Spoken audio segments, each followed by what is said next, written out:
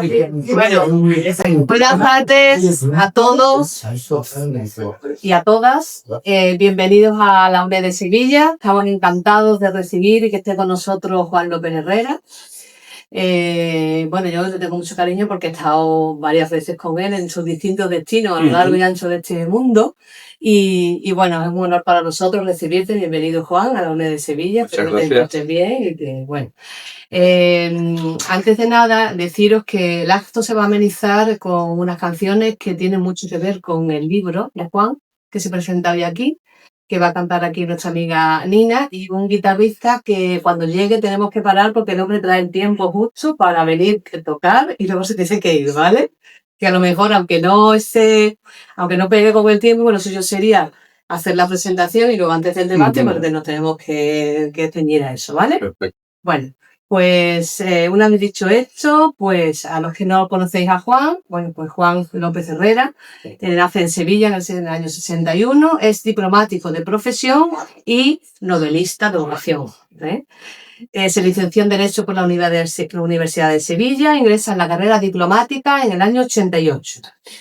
Su profesión como diplomático le ha llevado a muchísimos destinos, como ya he dicho antes. Bueno, primero fue Brasil, Sudáfrica, Bélgica, Cuba, Perú, Reino Unido, Francia y Argelia, donde actualmente desempeña el cargo de cónsul en Orán. Además, ocupó el cargo de director general de Relaciones Bilaterales con países de la Unión Europea en el Ministerio de Asuntos Exteriores, ¿vale?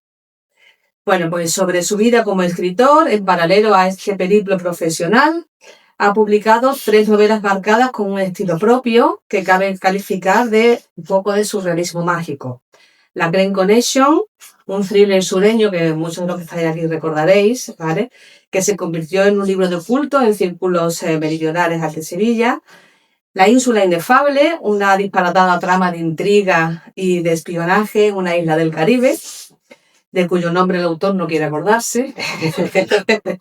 Y Las aventuras del ingenioso detective Frank Stein, un desdeñante homenaje a la novela negra inspirado en el Quijote.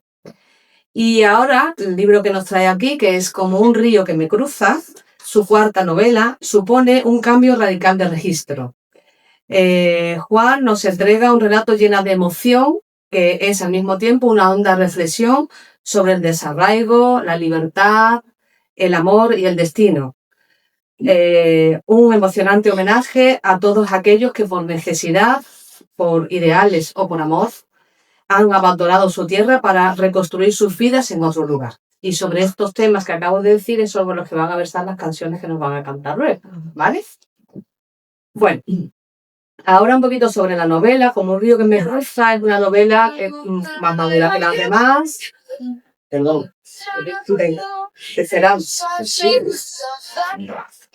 Se me ha olvidado de decirlo de apagar teléfonos móviles. Yo también. Venga. Bueno, es una novela donde se nota una madurez del escritor, emotiva y bien construida. No pretende reescribir la guerra civil ni ofrecer una tesis política. Su objetivo es mostrar cómo las vidas anónimas, las de los que lucharon y las de los que heredaron sus silencios, siguen latiendo en el presente. Es una obra que se lee con placer, a mí me ha encantado, la verdad, Juan. Muchas gracias. Que conmueve muchísimo, sin manipular, más de reír también, de llorar con el final, y que deja un pozo reflexivo duradero. La verdad es que luego te llevas pensando en todo eso, ¿no? Su mayor virtud es la humanidad con la que trata a sus personajes, incluso en los momentos más duros. Bueno, pues yo ya me voy a callar, y entonces, Juan, antes de comenzar con el análisis de la novela, ¿nos podrías decir por qué decidiste hacerte diplomático después de montar un bar en Sevilla? Que, por cierto, estuvo muy de moda en aquel entonces.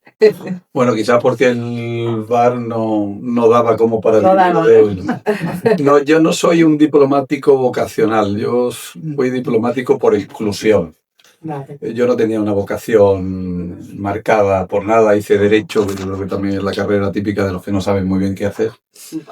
Y luego pues pasé unos años estudiando idiomas, me fui a Inglaterra, estuve un año allí, en fin, hasta que ya llegó un momento en que tenía que hacer algo, ¿no? Ya tus padres te apretaron un poco Ya, la pues lo puerta, típico, ¿no? ¿no? Mi padre me dijo que a ver qué es lo que iba a hacer. De provecho. Y fui preguntando y hablando con amigos, y al final, pues unos amigos que estaban haciendo esta oposición me contaron en qué consistía y me interesó. Y bueno, pues hice la oposición, tuve suerte, porque como todos los que estén aquí que hayan opositado saben que en las oposiciones hay una parte importante de trabajo, pero hay una parte siempre un componente de suerte, ¿no? Tuve suerte, entré con rapidez y bueno, y luego la carrera pues me ha dado muchas satisfacciones, ¿no? Porque es un trabajo, un trabajo muy especial, ¿eh? No es como otros trabajos, para bien y para mal, ¿no? Entonces se conocen cosas muy interesantes y a medida que fui avanzando en la carrera, pues quizás fue surgiendo esa vocación que no tenía al principio. Sí, ¿no? La de escritor. No, digo la propia de diplomático. Sí, porque como escritor, cuando estabas en la universidad, ganaste la CESI del Premio de Poesía en la Facultad de Filología de Sevilla. Sí, bueno, ¿no? En el año 84. Mi momento de gloria. Y ahí empieza tu gusanillo con la escritura, ¿fue algo? Sí, ya al principio yo creo como todo el mundo que escribe, empecé escribiendo poesía. Ah, sí. Y escribí sobre todo en la época, en la época de la universidad.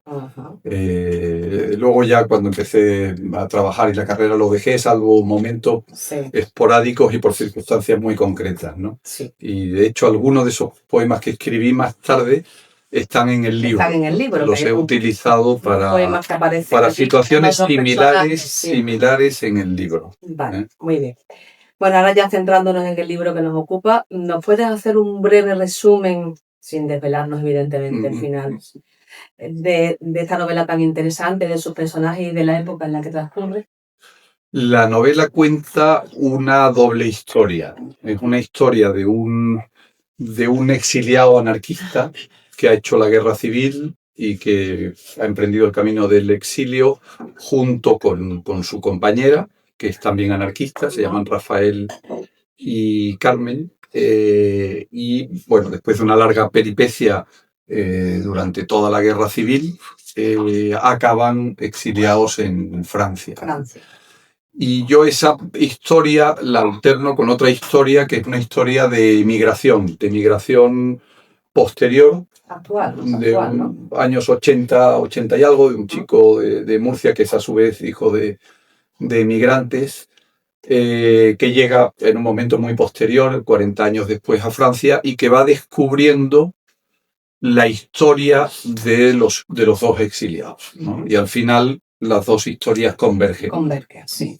¿Y cuáles son las fuentes donde te documentaste, cómo hiciste, que investigaste, porque ahí hay una cantidad de datos ahí en el libro también importante? Sí, bueno, claro, la historia surge porque cuando yo llego a Lyon de cónsul, que estuve allí entre el año 2019 y el 24, yo empecé a recibir, nada más llegar, invitaciones de asociaciones de memoria de toda la demarcación del consulado. El consulado de Lyon cubre, digamos, la parte centro-este de Francia, todo lo que son la región, el macizo central francés, los Alpes del norte y la región Ródano-Alpes, ¿no? Y un par de departamentos de la Borgoña. Entonces yo empiezo a recibir invitaciones para asistir a actos de memoria en pueblos perdidos por toda la geografía de la demarcación, y veo que son actos en los que se homenajean pues, a una serie de personas que combatieron en los maquis locales, entre los que empiezo a ver que hay muchos españoles. Y a mí aquello me llama la atención y además empiezo a ver que eso no es un fenómeno aislado, sino que me van invitando de montones de sitios. Y que ha sucedido por toda aquella geografía, ¿no? Y a mí me extraña mucho, porque claro, yo conocía como la mayor parte de la gente la historia básica del exilio de la guerra civil española en Francia, que son los campos de concentración en el sur de Francia, porque como sabéis, en apenas 2 semanas con la caída de Cataluña, son la última semana de enero y la primera semana de febrero del año 39, entran de golpe en 2 semanas 500.000 de personas por la frontera francesa con Cataluña, ¿no? Es un éxodo bíblico, ¿no? Entonces, bueno, son aparcados en estos campos de concentración que todo el mundo conoce. Eso es una historia conocida. Luego, últimamente se ha ido conociendo también la historia de la 9, que no sé si os suena, que es la primera unidad que entra para liberar París. Es una unidad española encuadrada en una unidad francesa, en la segunda división blindada del general Leclerc, que pertenece al ejército de la Francia Libre de Gaulle, que han desembarcado con los americanos en Normandía, y en esa división blindada hay muchísimos españoles, exiliados republicanos españoles, y descendientes de españoles inmigrantes también, sobre todo en el norte de África, en Marruecos, Argelia, etc. Y la primera unidad que entra en París es la famosa 9, que es llamada así, la 9 en español, porque de los 160 miembros de la compañía, 144 eran españoles, ¿no? Entonces yo conocía esas dos historias, pero no me encajaba esta presencia de españoles en otros sitios de Francia, ¿no? Sobre todo en la zona donde yo estaba. Entonces, a partir de ahí empecé a investigar, empecé a leer, empecé a hablar con mucha gente, porque en estos actos, claro, iba hablando con los descendientes, los familiares de estas personas, con los descendientes de sus compañeros, camaradas franceses, y ya hice la reconstitución de lo que había pasado, ¿no? Entonces, lo que había pasado es lo siguiente. Cuando llega ese millón de personas, los franceses, que están totalmente sobrepasados por la situación, los meten en estos campos de concentración improvisados, ¿no? Y ahí meten como a 200 y pico mil o 300.000. Luego mujeres y niños los dejan fuera y los acomodan en otro lado. Empiezan a presionarles para que vuelvan a España. Y a lo largo del primer año vuelven a España del 500.000 cerca de 300.000, de una forma u otra, ¿no? Pero siguen quedando 100 y pico mil, 200.000 allí, ¿no? De los cuales pues hay como 40.000 mujeres y niños familiares, y luego unos entre 100 y 140.000 antiguos combatientes, ¿no? Soldados del ejército republicano. Los franceses primero intentan convencerles de que se alisten. Ya la guerra mundial se ve venir, incluso ya empieza en septiembre, y les intentan convencer de que se alisten en la Legión extranjera y en unos regimientos también que se llamaban regimientos de marcha de voluntarios extranjeros. Pero estos exiliados se resisten. Muchos son antimilitaristas, son anarquistas, y además combatir por el ejército francés no les apetece, aunque aún así se calcula que entre 12 y 15.000 españoles acabaron integrando unidades del ejército de Francia, ¿no? Y con el resto, ¿qué hacen los franceses? Pues al final desesperados, porque no saben muy bien qué hacer con ellos y no los pueden obligar a volver a España, se inventan unas cosas que le llaman los compañías de trabajadores extranjeros, que son unidades de trabajo forzados. Son unidades de 250 personas mandadas por un oficial del ejército francés con un oficial republicano español que le hace de enlace con los 250 soldados españoles, y a estos los mandan pues a preparar la defensa de Francia para la guerra inminente, ¿no? Los ponen a trabajar en la línea Maginot, los ponen a trabajar en industria de guerra, los distribuyen por todo el país. Y cuando llega la invasión alemana, bueno, pues los pobres, claro, participan del desastre generalizado. De hecho, cogen prisioneros a muchos de ellos. 12.000 acaban en campos de concentración en Alemania, de los cuales mueren 7.000, solo sobreviven 5.000, y los otros, bueno, después de muchas peripecias, algunos acaban en Dunkerque y acaban yéndose a Inglaterra, y muchos de ellos acabarán combatiendo con los ingleses, y otros vuelven a los campos. Y ya con la Francia ocupada y el gobierno colaboracionista de Vichy, vuelven a reinventar estas compañías de trabajadores extranjeros. Las llaman entonces agrupaciones de trabajadores extranjeros, les dan un tono un poquito menos militar y más civil, los meten ya pues a trabajar en construcción de carreteras, construcciones de embalses, obra civil, y los desperdigan de nuevo por todo el país. Estamos hablando de entre 50 y 100.000 personas, porque las cifras aquí bailan mucho, ¿no? Cuando vas leyendo a unos y otros hay divergencias de cifras, ¿no? Y ya por hacer la historia corta, a partir del año 42, los alemanes empiezan a presionar al gobierno colaboracionista de Vichy para llevarse esos trabajadores. Unos para que trabajen en la propia Francia preparando las defensas alemanas contra posibles ataques de los aliados, Eso se llamó la Operación TOP, y ahí obligaron a trabajar a unos 25.000 españoles, y a los otros se los querían llevar a Alemania, cosa que, claro, estos no estaban en absoluto dispuestos. Entonces lo que hicieron es que empezaron a escaparse de estas agrupaciones de trabajadores extranjeros y empezaron a irse al monte y a montar maquis. Entonces, muchos maquis, la resistencia rural en muchos departamentos de Francia fueron fundados por españoles. O sea, el primer maquis que se monta en muchos sitios son españoles, que además cumplen un papel muy importante, ¿no? Y eso lo ha dicho Jorge Semprún en un prólogo de un libro muy interesante que hay sobre esto. Claro, ellos tienen el entrenamiento militar que no tienen los jóvenes franceses. Son gente que viene de 3 años de guerra, ¿no? Son combatientes experimentados, ¿no? Entonces, ellos son los que forman a los jóvenes franceses que se van yendo también al maquis, ¿no? De manera que se crea ahí un núcleo de resistentes en el campo, resistentes rurales españoles muy potente. O sea, se calcula que en el año 44, en vísperas de la liberación de Francia, hay entre 10 y 14.000 guerrilleros españoles repartidos por toda Francia. 10 a 14.000 es una cifra importante teniendo en cuenta que se calcula que los miembros de la resistencia en Francia podrían ser unos 160 a 180.000, o sea, estamos hablando de un porcentaje muy importante de gente. A los que hay que sumar, que es una parte de la historia todavía más olvidada, los resistentes españoles urbanos, que esos vienen de la emigración, no del exilio. En Francia ya había comenzado una emigración española importante desde el final del siglo XIX, que va creciendo, crece mucho en la Primera Guerra Mundial, curiosamente. Los franceses se quedan sin mano de obra y no pueden reclutar de otros sitios tradicionales como son Italia, Bélgica, pues está todo el mundo en guerra. Entonces viene una avalancha de españoles que durante la Segunda Guerra Mundial dobla la cifra de españoles emigrantes en Francia.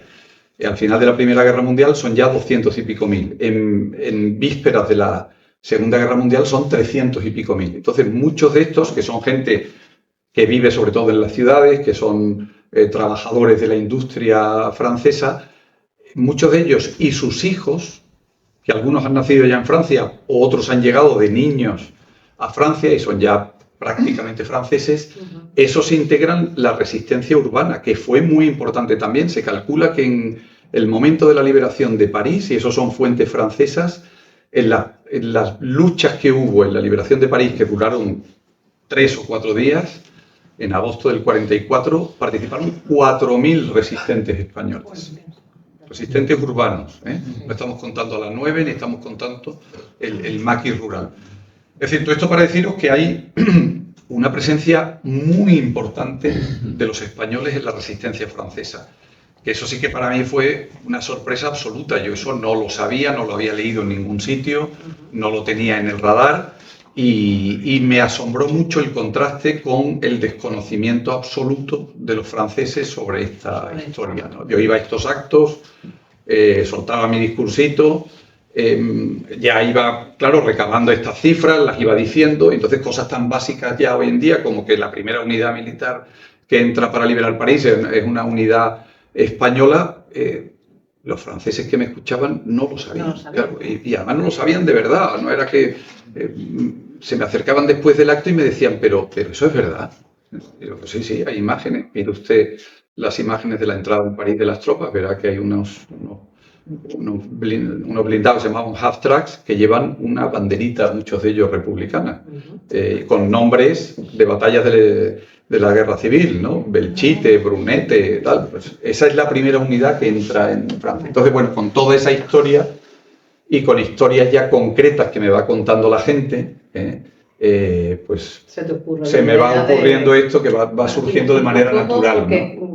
Hay 2 personajes fundamentales, protagonistas, uno es Rafael, un campesino cordobés del 1936, y otro más actual, Ginés, ¿Cómo se te ocurre la idea? ¿Por qué conectas esas dos historias en paralelo que van y vienen, ¿no? Y a lo largo del libro van un poquito, se van alternando los dos. ¿Qué buscabas explorar con ese contraste? Hombre, yo quería meter la historia de la inmigración, de inmigrantes también, porque me parece que es una historia muy olvidada, ¿no?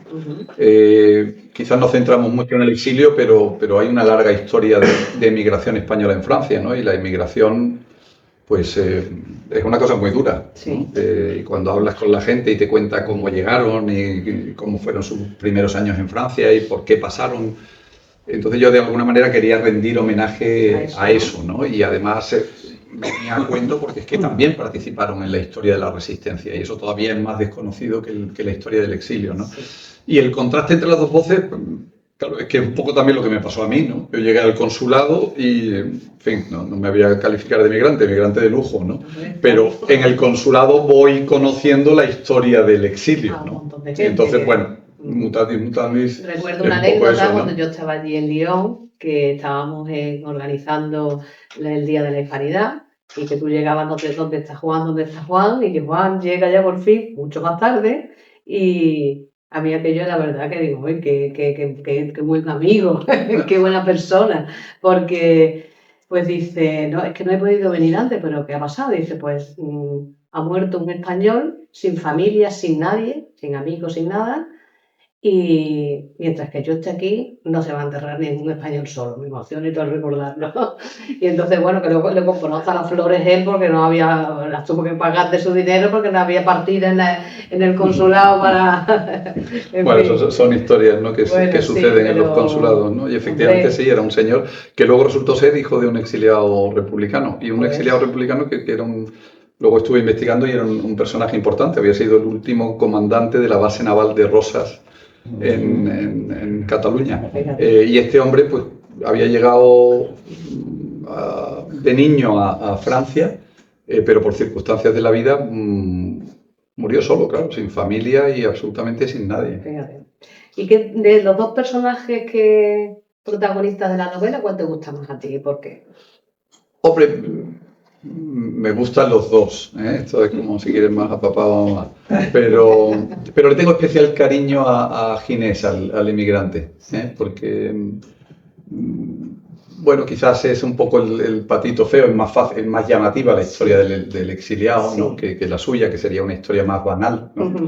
De un chico joven que llega a Francia emigrando por amor. Y luego lo coloco en una situación vital, digamos, por edad parecida a la mía, ¿no? Sí. Ya... ¿Tiene algo de autobiográfica esta novela? No es autobiográfica en absoluto, es todo sacado de cosas, pero sí diría que responde a un momento, vamos a ver cómo lo digo, no podría haberlo escrito hace 15 o 20 años, ¿no? Yo creo que es una historia que está tratada de una manera que responde a tener una cierta edad, a haber pasado por una serie de cosas, ¿no? Yo quizás la historia no habría podido tratarla como la he tratado pues, con 40 o 45 años. Y bueno, ¿qué te motivó a cambiar de registro? Porque los otros libros anteriores tuyos no tienen nada que ver, con este, es mucho más intimista, todo más humano, más... ¿Qué pasó ahí? ¿Qué pasó? Porque lo pedía la propia historia, ¿no? Yo de hecho, además, yo empecé a escribirlo estando en Lyon y empecé a escribir las dos historias paralelas y a la historia de Ginés al principio intenté darle también un toque pues, de humor, ¿no? Como a lo que yo estaba acostumbrado. Mis 3 libros anteriores eran son parodias, ¿no? Parodias de novela negra, parodias de novelas espías y es un registro que me divierte mucho, al que yo estoy acostumbrado, ¿no? Entonces intenté hacer la historia paralela de Ginés del emigrante, no totalmente paródico, pero con un toque. Y hubo un momento en que me di cuenta que eso no funcionaba. El contraste con la otra historia que era tan trágica era demasiado grande, aquello no encajaba de ninguna manera. Entonces, de hecho, metí la novela en un cajón y la dejé un tiempo, yo diría que un par de años, metidas ahí. Y la volví a retomar más tarde y empecé a reescribir la historia de Ginés del emigrante y ya salió solo en otro tono. ¿sabes? Que yo creo que pedía la historia. Sí, bueno, mira, has mencionado en otras entrevistas que he estado leyendo para hacer esta entrevista y aquí, dice, no tenemos una memoria común de la guerra civil, sino varias troceadas. ¿Es esta novela un intento de contribuir a una memoria común o más bien de reflejar la pluralidad de perspectivas?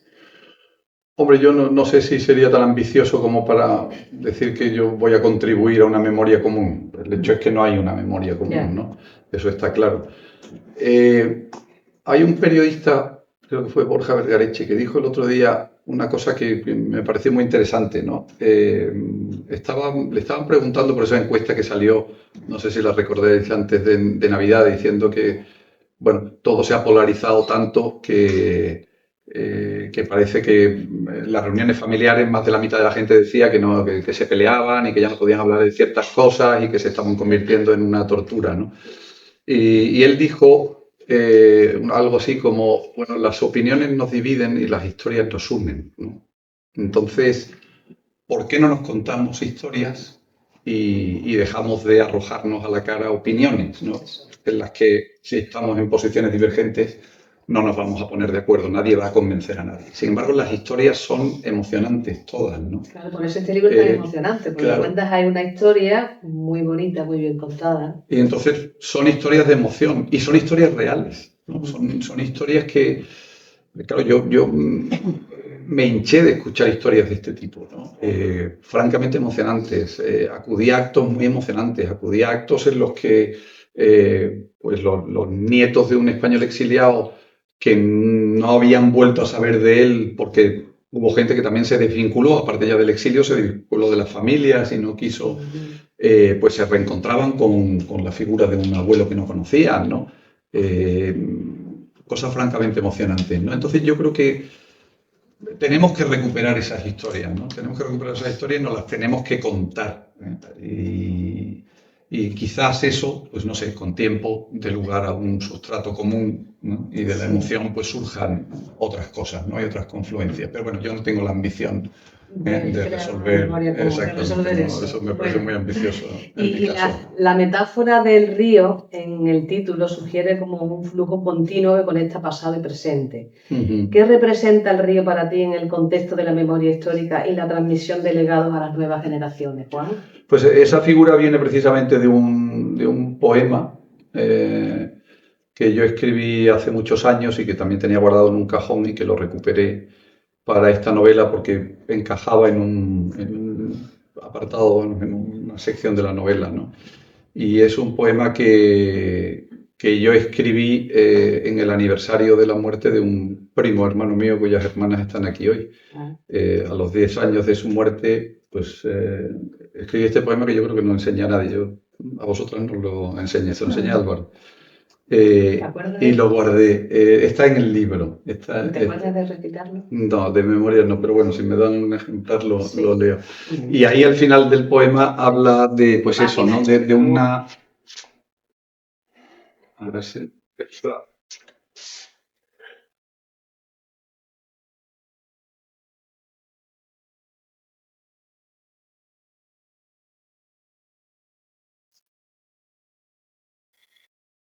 Dice, han pasado siglos desde que tu corazón se rompió contra el asfalto y sin embargo tu sangre derramada aún busca su latido y tu sombra malherida me sonríe desde todos los rincones. A veces oigo tu risa detrás de las esquinas, pero es la tuya una mirada vencida, con una tristeza inconsolable, más antigua que los ojos que miran, y tu risa resuena como una casa abandonada que precisa de sus voces.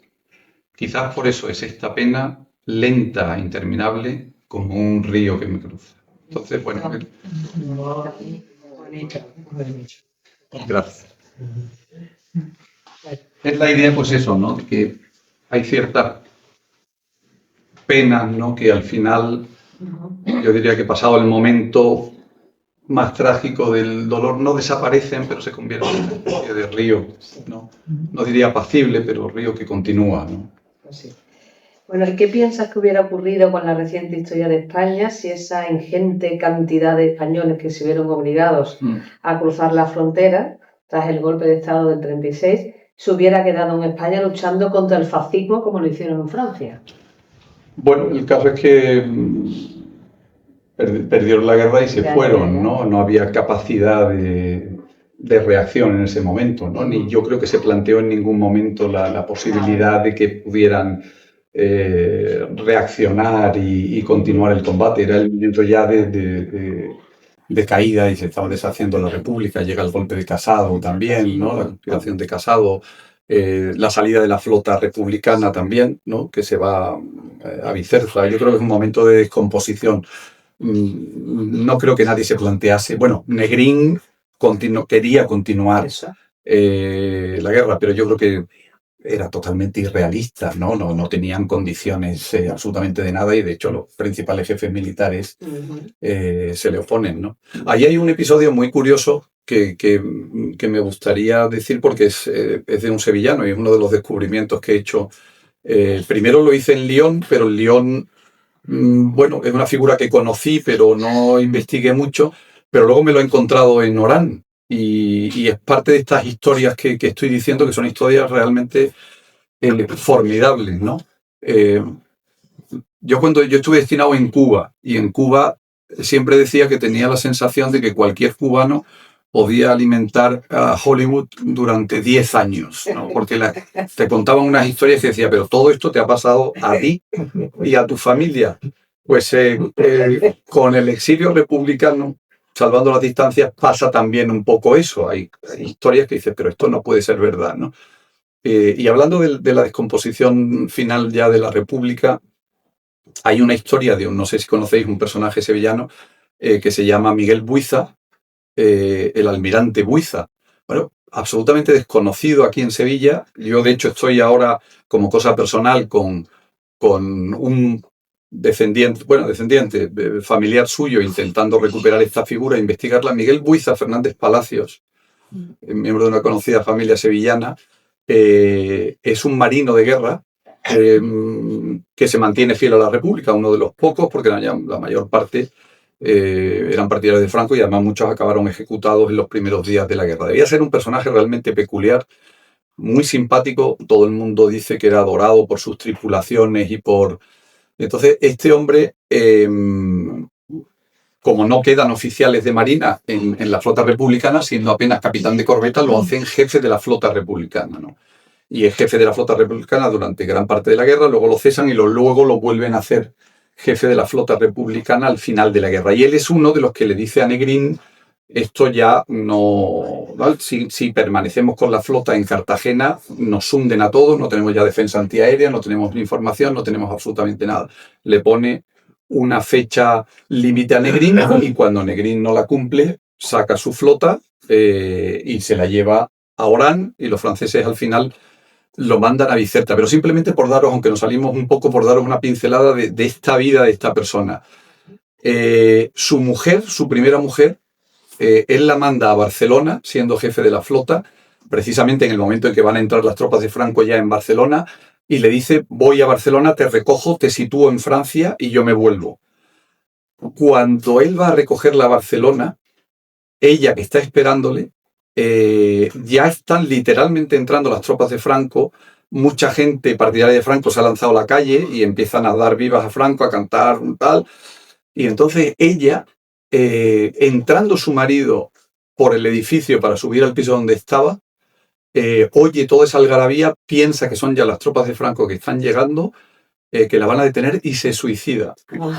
Y él entra en el piso con el cadáver de su mujer en el suelo, todavía caliente. Entonces su gente le dice, no te puedes quedar aquí porque es que están entrando ya. El agregado naval francés, porque entonces ya el gobierno y las embajadas estaban en Barcelona, y el agregado naval británico, que eran amigos suyos, le dicen, vete a Francia y nosotros nos encargamos de enterrar a tu mujer. Él, en un gesto, la verdad, heroico, dice, no, yo no dejo a mis tripulaciones solas en Cartagena, yo no abandono. Deja a su mujer allí y se vuelve a Cartagena. Entonces, cuando saca la flota. Cuando llegan a Túnez, los meten a todos en un campo de concentración. Y entonces él, ni corto ni perezoso, como ve que lo van a dejar allí durante un tiempo sin límite, pide ingresar en la Legión extranjera. En deferencia a quien era, almirante de la flota republicana, los franceses le permiten entrar en la Legión con la categoría de capitán, cosa que solamente había pasado 2 veces antes en la historia de la Legión. Siempre entraba de soldado raso, ¿no? Hace la primera campaña con los franceses. Cuando Francia es derrotada, deja la Legión y se va a Orán. Pero cuando los americanos desembarcan en el norte de África para echar a los alemanes de Argelia, Túnez, Libia, Egipto, se reengancha en la Legión como capitán, hace la campaña de Túnez, es condecorado por su valor y por haber sido el que propició con la conquista de unas posiciones alemanas la reconquista de Túnez. Se vuelve a Orán. En el año 47, voluntariamente, se va como primer oficial a un barco de los que están fletando los judíos americanos para sacar a supervivientes del Holocausto y llevárselos a Palestina para la fundación del Estado de Israel. Se va a Francia, se mete en el barco, se adopta un seudónimo, Moshe Blum, que coincide con sus iniciales. En un detalle de coquetería, según dicen, lo hizo para que coincidieran con las iniciales de sus camisas a medida. Entonces, como la camisa a medida era MP de Miguel Buiza, pues él se pone Moshe Blum. Se va con su barco, como en la película Exodus. Lo detienen los británicos, lo tienen medio año encarcelado en Haifa. Al final lo liberan en el 48, justo antes de la fundación del Estado de Israel. Se vuelve a Orán, pasa ya toda su vida en Orán, se casa por segunda vez, trabaja de contable en fábricas. En Orán había muchos españoles, era un sitio de mucha emigración española. Se hace muy amigo de un señor que tenía un hotel, el Hotel Martínez, y él es el contable del Hotel Martínez, hasta que a la independencia de Argelia, el mismo día de la independencia, los independentistas argelinos matan al dueño del hotel en la puerta del hotel. Entonces él ahí ya decide irse a Francia. Y en Francia, eso es el año 62, en Francia muere en el año 63 en una residencia de la Marina francesa cerca de Toulon. O sea, fijaos qué vida. Y nadie conoce esa vida y nadie conoce esa historia, ¿no? Yo estoy ahora con algunos de los descendientes de un primo suyo, de Fernández Palacios, intentando confirmar toda esta historia y queremos proponer al ayuntamiento que haya algún tipo de reconocimiento, poner una plaquita, ¿no? En donde nació, que nació en una casa que ya desapareció, en la calle Antonio Díaz 22, que es donde está ahora el jardincito al lado de la maestranza dedicado a Curro Romero. Esa era la casa natal porque era la casa de su abuelo, de Miguel Fernández Palacios. La familia perdió el contacto con él. Dicen que hay una hermana suya que mantuvo contacto con él y que se carteó y que se llegaron a ver incluso en Gibraltar.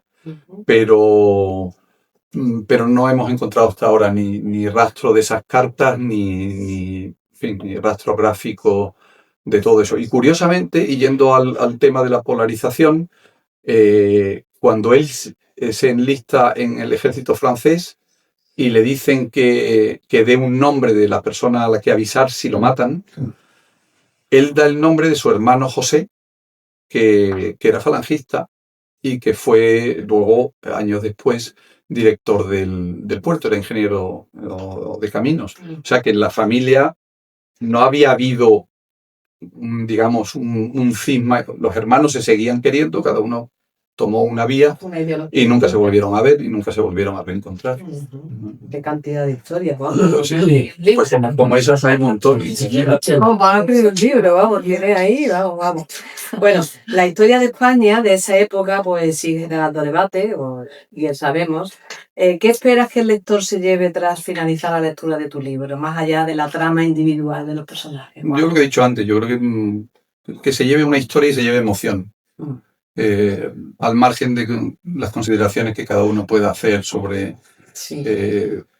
Yo creo que hay que ir a las historias y a las emociones. Yo creo que a lo mejor ahí en ese terreno nos reencontramos. Sí. porque en otros terrenos claramente no. Evidentemente. Bueno. Y yo no pretendo convencer a nadie de nada. No. Pero sí me gustaría emocionar a la gente. Sí, nos ha emocionado que nos hemos leído el libro, ¿verdad, niña? Que bastante bien. Y quería preguntarte también, porque en la historia de Ginés, que es como mucho más lírica que la otra, más emotiva, más introspectiva, ¿no? Me da la sensación de que, no sé, que siempre está ahí como con un recuerdo permanente, no es que no pertenece a ningún sitio, ¿eh? Claro. Porque nace en un sitio, emigra, vuelve otra vez a Francia, y entonces estás siempre, ¿no? Como con ese recuerdo. ¿A ti te ha pasado también eso? ¿Porque has estado tanto tiempo fuera o no? Bueno, no, yo no me pretendo equipararme a un emigrante, porque claro, el emigrante de verdad pues es muchísimo más duro, y el desarraigo es mucho más duro que el que yo puedo tener. Yo vuelvo aquí cada X años. Cuando quieres. Sí, bueno, y además nosotros estamos un tiempo fuera, luego pasas unos años obligatoriamente en España también, pero bueno, siempre hay también un componente de desarraigo, ¿no? Pero en la emigración sí se ve, claro, se ve el desarraigo y el dolor que causa eso, ¿no? Sí. Y eso todavía, pues, cuando hablas con los viejos emigrantes que llegaron a Francia en los años 50 y 60, pues todavía lo ves, ¿no? Sí. Aunque han construido familias y son familias felices, con hijos y nietos que son plenamente franceses, eso está ahí. Y luego, curiosamente, fíjate, cuando yo estaba en Lyon, que además está aquí una compañera mía de Lyon, en que trabajamos juntos en ese tema, y estuvimos trabajando mucho en el tema de la ley de memoria democrática, es curioso como muchísimos de los que venían a pedirla son los nietos. Así, ¿no? Los nietos que no tenían vinculación ninguna, ¿vale? con España, y sin embargo establecieron la conexión con sus abuelos y querían recuperar, y venían a pedirnos la nacionalidad española con base en la ley, que en realidad para un europeo es una cosa meramente simbólica, porque vamos, perteneciendo a la Unión Europea, tú sales, entras, no necesitas. A lo mejor un latinoamericano, pues sí, le viene bien un pasaporte español, pero a un francés no le hace falta absolutamente para nada. Y venían por el tema sentimental, emocional, recuperar la historia de sus abuelos, los vínculos de sus abuelos con España, con esa tierra que ellos prácticamente no conocían. Inés, que trabaja allí en el consulado, a todos que hablando con la señora de Suez que conoce, que la quiere hacer española. Oye, pero tú has venido porque quieres ser ella no quiere. Y ella no quiere, dice, no, que yo estoy aquí tan tranquila, que siendo francesa y que no tengo esa necesidad. Claro. Es por esas vivencias que tú has tenido, de que sabes de que mucha gente, ¿no? Claro. La primera generación quizás fue la que más se afrancesó, digamos, porque, bueno, sus propios padres lo querían, sabían que para integrarse plenamente tenían que convertirse en franceses de pleno derecho, ¿no? Pero luego el proceso se ve más quizás en los nietos, ¿verdad? Nietos, cuando ves que hay que ya son plenamente franceses, que muchas veces no hablan español, pero ha quedado algo ahí, ¿no? A través de la figura de los abuelos. Y estos emigrantes españoles que estuvieron allí, que ya están plenamente son franceses y demás, ahora mismo, ¿qué nivel así, en general, habrá de todo, ¿no? Pero por lo general, ¿qué nivel social, socioeconómico tienen? Hombre, depende de las generaciones, pero la tercera generación es una generación ya de clase media, con universitarios. Bueno.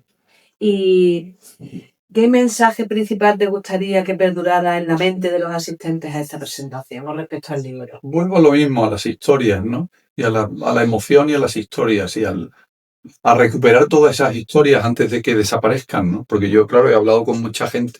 El libro, la historia que cuenta del exiliado, está basado en una cosa real que me pasó en uno de estos actos, ¿no? Ah, ¿sí? En que fui a una ceremonia de homenaje a un combatiente en el maquis español, y cuando salía del acto, un señor francés, estaba sentado en una silla de ruedas, me llamó y me dijo: mi padre era compañero de este señor, pero las cosas no pasaron como han dicho ustedes. Eso también se refleja en el libro. En el libro, no voy a contar cómo. No. Su historia era más dura todavía que la del libro, sí. Pero las cosas no pasaron como se la han contado a ustedes. Yo le voy a contar a usted cómo pasó la cosa de verdad. Porque esta persona pues era compañero de mi padre, camarada de mi padre, y me contó la historia, ¿no? Y como esa, pues muchísimas otras. No me resisto si me das un minuto a contar otra, porque también es de un... Te iba a decir, digo, cuéntanos una que te haya Mira, llamado bien la atención. Venga, la tengo que contar. dos historias rápidas porque son de sevillanos también, ¿no? Vamos a hacer un poco de patria chica. Una, hay un episodio en la resistencia francesa que se llama el de la Madeleine, que es realmente impresionante. En el año 44, cuando desembarcan los aliados en Normandía, mandan los alemanes a las tropas que tienen en el sur de Francia, en la Provenza, que suban corriendo a Normandía, claro, para reforzar las defensas, ¿no? Entonces hay instrucciones del Comité de Resistencia francés y de los aliados de que los resistentes tienen que obstaculizar como sea esa subida, ¿no? Entonces una columna alemana con más de 1000 efectivos, con carros de combate, con todo, cerca de Nimes, va en dirección al norte y les tienden una emboscada un grupo guerrillero español. Los guerrilleros eran 38, 34 españoles y 4 franceses. Estos pues tienen una emboscada y unas montañas. Cuando ha pasado toda la columna, dinamitan la carretera para que no puedan salir, dinamitan la carretera más adelante y empiezan a acosarlos durante horas y horas y horas, en que ellos se van moviendo por los montes, con lo cual los alemanes tienen la idea de que allí hay pues 300 o 400 o 1000 tipos atacándoles, y son 38. Consiguen además luego movilizar a los aliados, llegan unos aviones ingleses, ametrallan a los alemanes. Bueno, por resumir la historia, cuando los alemanes se rinden, aparecen, claro, los 38 androjosos aquellos, al mando de un sevillano que se llama Miguel Arcas, que había sido comandante en el ejército de la República y que es de Benacazón. Y el comandante, el general alemán que manda la columna, cuando ve a Miguel Arcas y sus 37 colegas, saca la pistola y se pega un tiro. Y se suicida allí mismo. Y su segundo hace lo mismo. No sé si es que era porque... Si se hubieran quedado en España, a lo mismo vencemos al franquismo. No sé si, bueno, el general alemán se llamaba Konrad Nietzsche. No sé si el apellido tiene que ver en la reacción, está un poco extemporánea. Pero el tipo se pega un tiro. Los 38 españoles detienen a la columna alemana. Y luego la última historia, cuando entran las tropas francesas y la 9 en París, no es automático, sigue habiendo muchísimos enfrentamientos en las calles, se moviliza toda la resistencia, y los alemanes se encastillan en un hotel muy famoso que sigue existiendo, que se llama Le Meurice, que está casi enfrente del Louvre, y ahí se va el gobernador militar alemán, se encastilla con los suyos, con su guardia de corps, y de ahí no salen, ¿no? Las tropas francesas que ya han entrado los asedian, pero no lo consiguen. Y los únicos que consiguen romper el bloqueo son 3 resistentes españoles, emigrantes, un extremeño, un aragonés y un sevillano, que se llama Francisco Sánchez, que a golpe de granada de mano entran en el Hotel Meurice, suben, entran en el salón donde estaba el general alemán con todo su estado mayor, lo encañonan y se rinde. El propio general luego escribe que entraron unos energúmenos que consiguieron acabar con ellos. Y el general alemán lo único que les pide es que, por favor, para seguir los códigos de honor de la guerra y los códigos militares, le dejen rendirse ante un oficial francés. No se quiere rendir a estos 3. Y le buscan a un teniente coronel francés, que era el tío de más graduación que había allí, el teniente coronel de Loiry, y se rinde. Y luego ya se rinde a Leclerc. Y cuando sale, el general alemán le regala a uno de ellos, como agradecimiento, su reloj.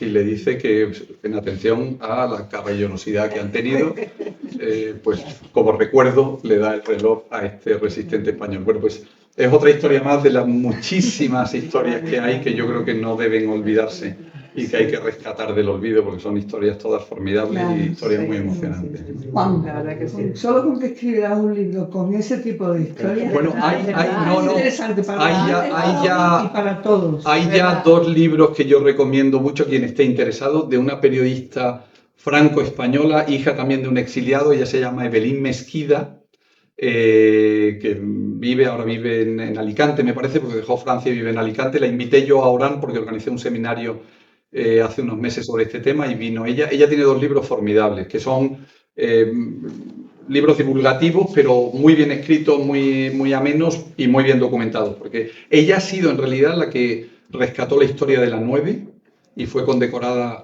por la alcaldesa de París por esa historia. Ella ha sido la que movilizó todo y tiene un libro que se llama La 9, contando toda esa historia. Y luego tiene un libro muy bonito que se llama Y ahora volved a vuestras casas, que es un poco una miscelánea de muchas escenas de estas de españoles en la resistencia. Dicen que y ahora volved a vuestras casas es la frase que De Gaulle dijo a los resistentes españoles que liberaron Burdeos, porque los resistentes españoles liberaron más de 40 ciudades en Francia, algunas bastante conocidas, ¿no?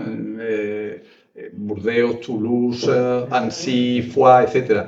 De Gaulle les rindió homenaje, pero luego les dijo y ahora volved a vuestras casas, porque a partir de ahí fue una jugada política genial de Gaulle, ¿no? Él cogió un país que estaba derrotado, que había sido colaboracionista, donde muchos de los resistentes eran españoles, polacos, italianos antifascistas, y luego reescribió la historia. Él dijo, bueno, para dejar de ser un país derrotado y convertirnos en uno de los vencedores de la Segunda Guerra Mundial, él creó la ficción de la Francia que se libera a sí misma.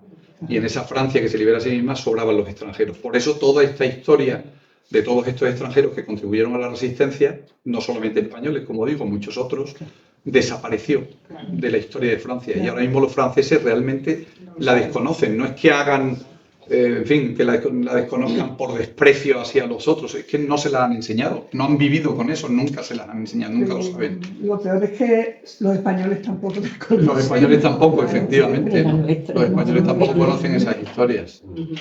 Bueno, buenas tardes. Ya hace algún tiempo que no venía a esta casa a la que quiero por muchísimas razones y Carmen pues se vuelve a acordar de mí en situaciones tan agradables como esta, ¿no?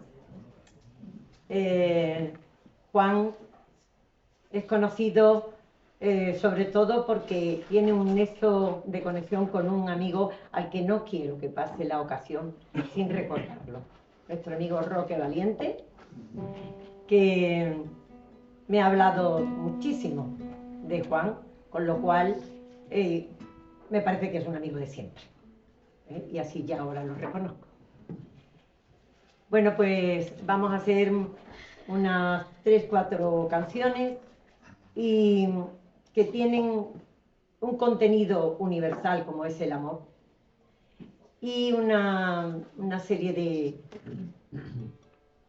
de palabras que nos recuerda a lo que pone el libro, porque una de ellas, el título es Volver, archiconocida, con muchísimas de interpretaciones por muchísimos artistas.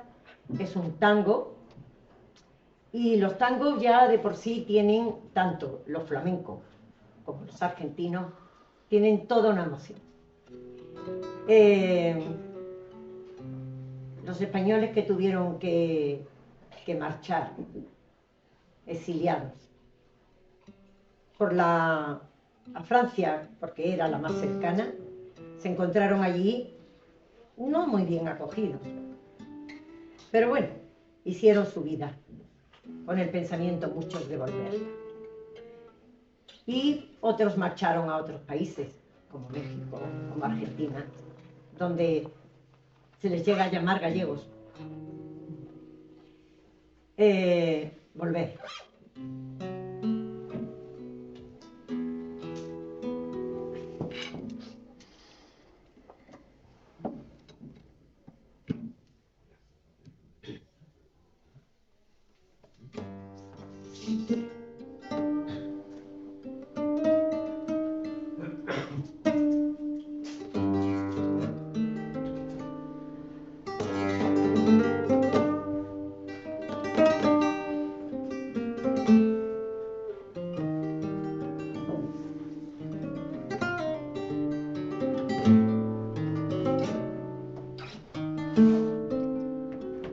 Yo adivino el parpadeo de las luces que a lo lejos van sembrando mi retorno. Son las mismas que alumbraron con sus pálidos reflejos hondas horas de dolor. Y aunque no quiso el regreso, siempre se vuelve al primer amor. La vieja calle donde le codijo, tuya es mi vida, tuyo es mi querer, bajo la luz fugaz de las estrellas que con indiferencia hoy me ven volver. Volver con la frente marchita, las nieves del tiempo platearon mi sien. Sentir que es un soplo la vida, que 20 años no es nada, que febril la mirada, que errante en la sombra te busca, te nombra vivir. Con el alma aferrada al dulce recuerdo que lloro otra vez.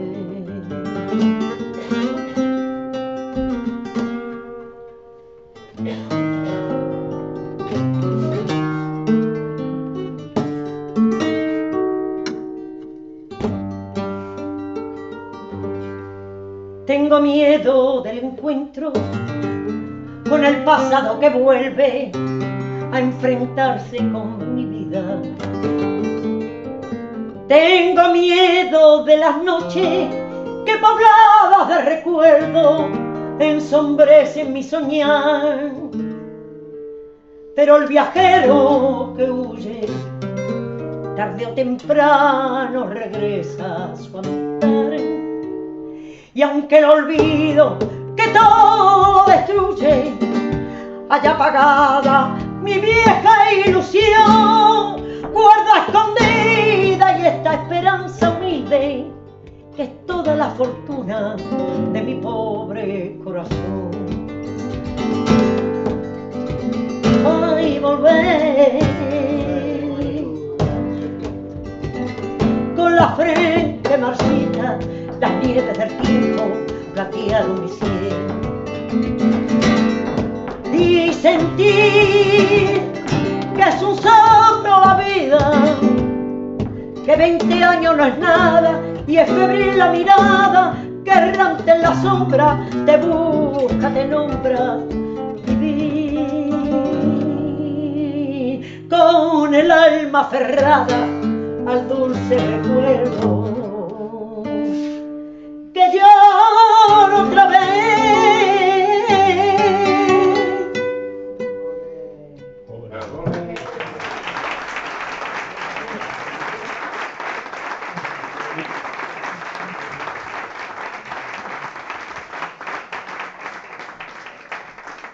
Bien. Otra palabra que recuerda totalmente los sentimientos que aporta este libro es nostalgia. Todo el que tiene que marchar por una circunstancia o por otra siente nostalgia de su vida, de su gente. E incluso el que no tiene grandes sentimientos patrióticos o cuando está fuera escucha y dice Francia, y es más francés que nadie. España, pues lo mismo, nostalgia, nostalgia.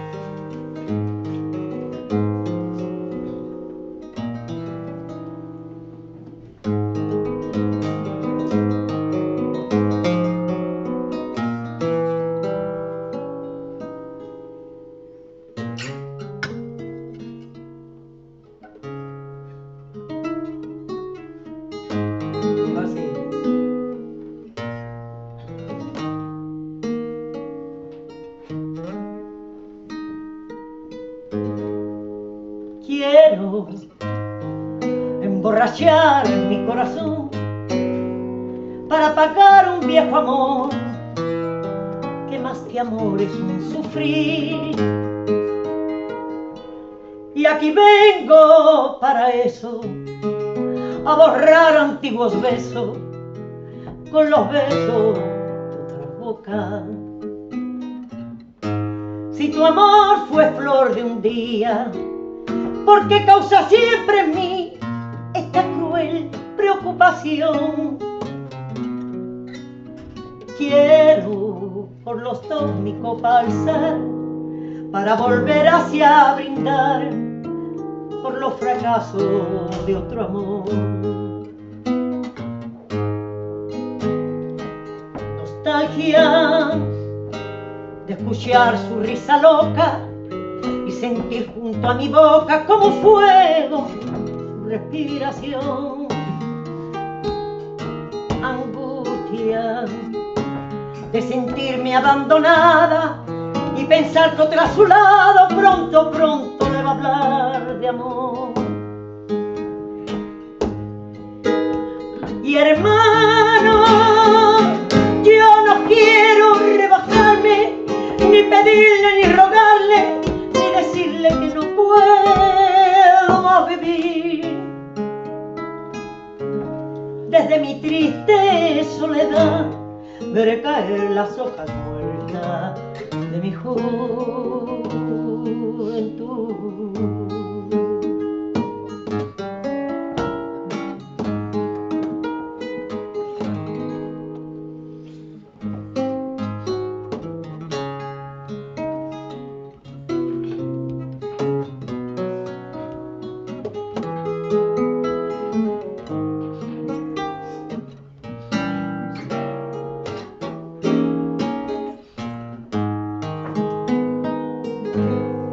Suena bandoneón tu tango gris, quizás también te duela a ti esta canción sentimental.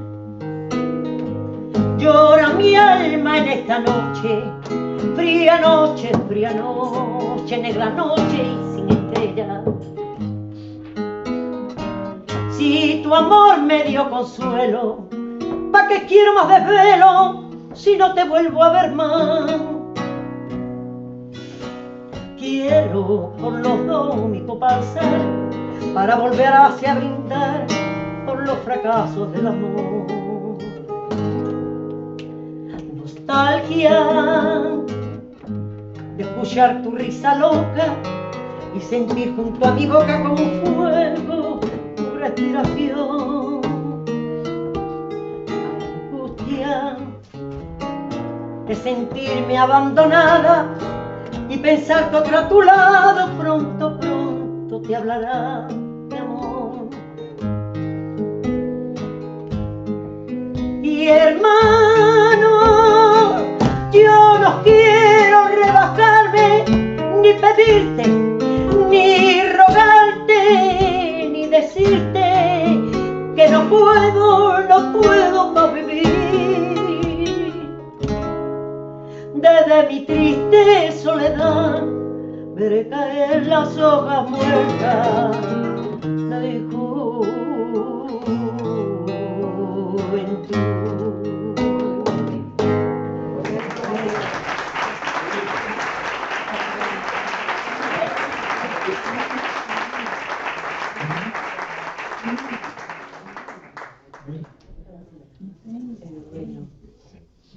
Vamos a hacer... Aquí tenía yo unas palabritas para esta.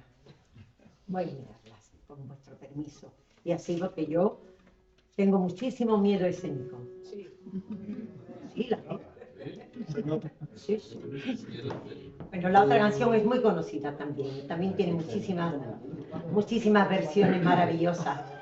Es una preciosa canción de amor que también recoge el sentimiento de las dos historias que se han escuchado, ¿no? Todo el que marcha necesita que lo recuerden. Ese es el hilo que le une a los que se quedan y dan sentido a sus días y a sus vidas. Entonces, el amor es muy importante, pero tan importante como eso es recordarnos, tenernos presentes. pensar en el otro. Hacerse cago.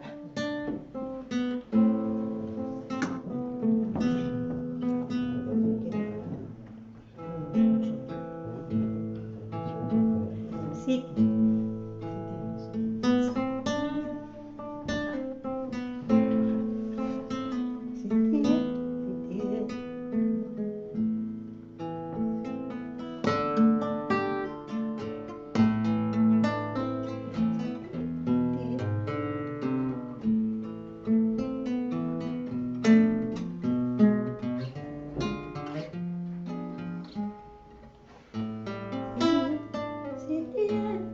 Está muy alto, sí. Es que tenéis que perdonarnos, pero entre las muchas cosas agradables que tiene esta tarde, es que es también el inicio de esta relación. Claro. Pepe, con un café, o tampoco sabes, por lo mismo.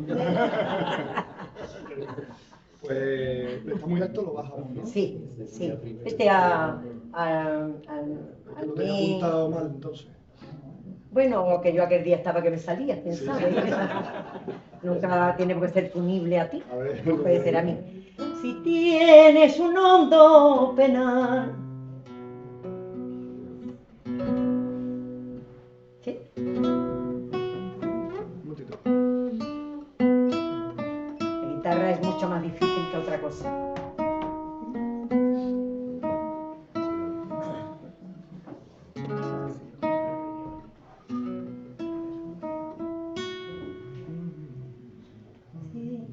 Si tienes un hondo penar, Sí, sí.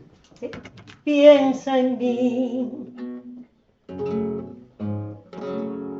¿Ahí? No.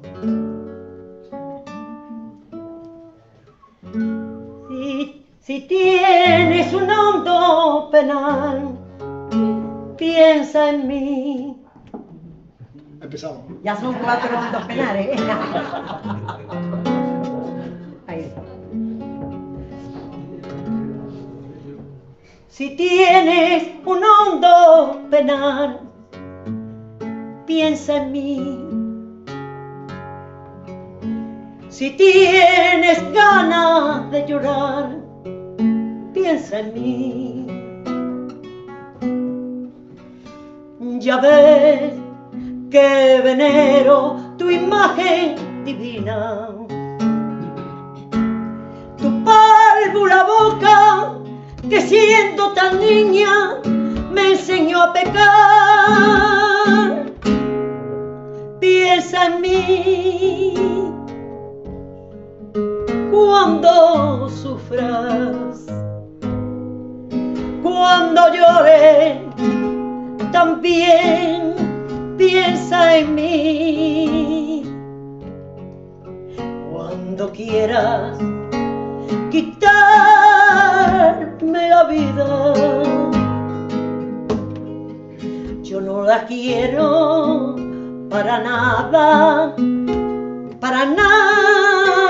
me sirve sin ti. Ay, florea.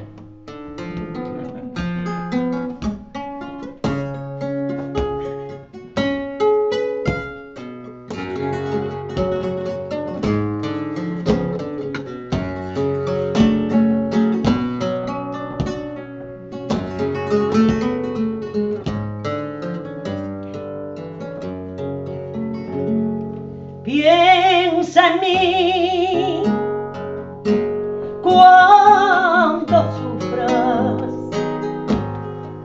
cuando llores, también piensa en mí. Cuando quieras quitarme la vida, yo no la quiero para nada me sirve sin ti. Piensa en mí, piensa en mí.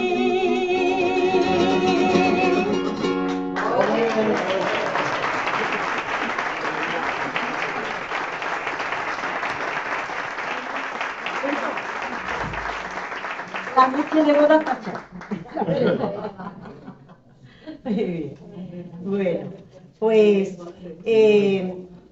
vamos a hacer un recuerdo a... Es un recuerdo luctuoso, indiscutiblemente, pero lo que hay que tener en cuenta es que de todo esto lo que buscamos es, además de estos sentimientos, es la libertad. Y nadie le cantó a la libertad como los poemas de Miguel Hernández, que estuvo encarcelado la mayor parte de su vida. Un hombre que amaba con todo su corazón a la libertad y se pasó toda su gran obra la escribió, o casi toda, la escribió encarcelado. Para la libertad es un verso que pertenece a la obra El hombre acecha, que se escribió en la cárcel por Miguel Hernández entre los años 38 y 39, de 1900, claro. Bueno, pues la vamos a recitar. La voy a recitar y me va a acompañar a la guitarra con el soniquete que él quiera, seguro que el flamenco, porque él es flamenco. Y yo soy más tranquila. Eso es. Muy bien, cuando quiera yo.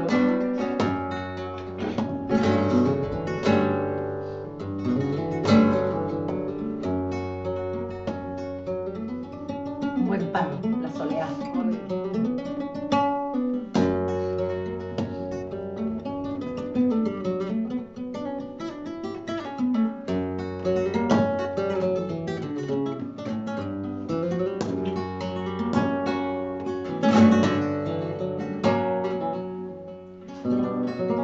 Para la libertad, sangro, lucho, pervivo. Para la libertad, mis ojos y mis manos, como un árbol carnal, generoso y cautivo, doy a los cirujanos. Para la libertad, siento más corazones que arenas en mi pecho. Dan espuma a mi pena y entro en los hospitales y entro en los algodones como en las oficinas. Para la libertad me desprendo a balazo de los que han revocado su estatua por el lodo. Y me desprendo a golpes de mis pies, de mis brazos, de mi casa, de todo. Porque donde unas cuencas vacías taparezcan, ella pondrá 2 piedras de futura mirada. Y hará que nuevos brazos y nuevas piernas crezcan en la carne talada.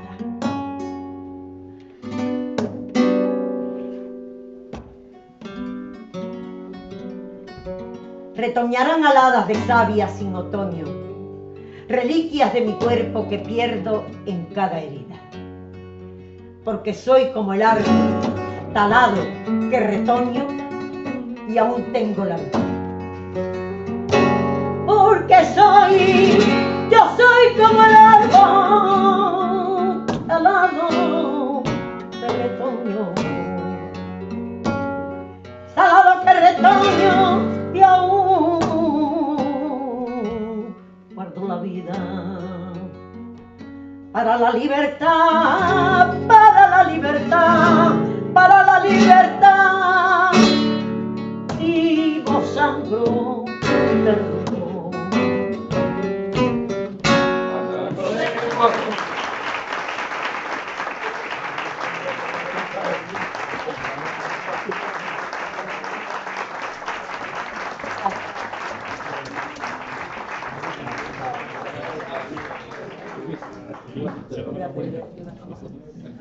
Bueno, la verdad que ha sido, bueno, me emociona el todo, la verdad precioso. Y bueno, ya conocéis a Nina, ya la que acabáis de conocer, lo bien que canta. Y bueno, pues hemos contactado a través de nuestro amigo Manuel con José, que nos encantó, estuvimos viéndolo el otro día, donde un sitio donde vamos a ir ahora cuando terminemos el acto donde él toca la guitarra además los miércoles, y lo hemos fichado porque el año que viene vamos a tener un taller de flamenco con el Badarel aquí en la UNED, al que estáis invitados. Muchas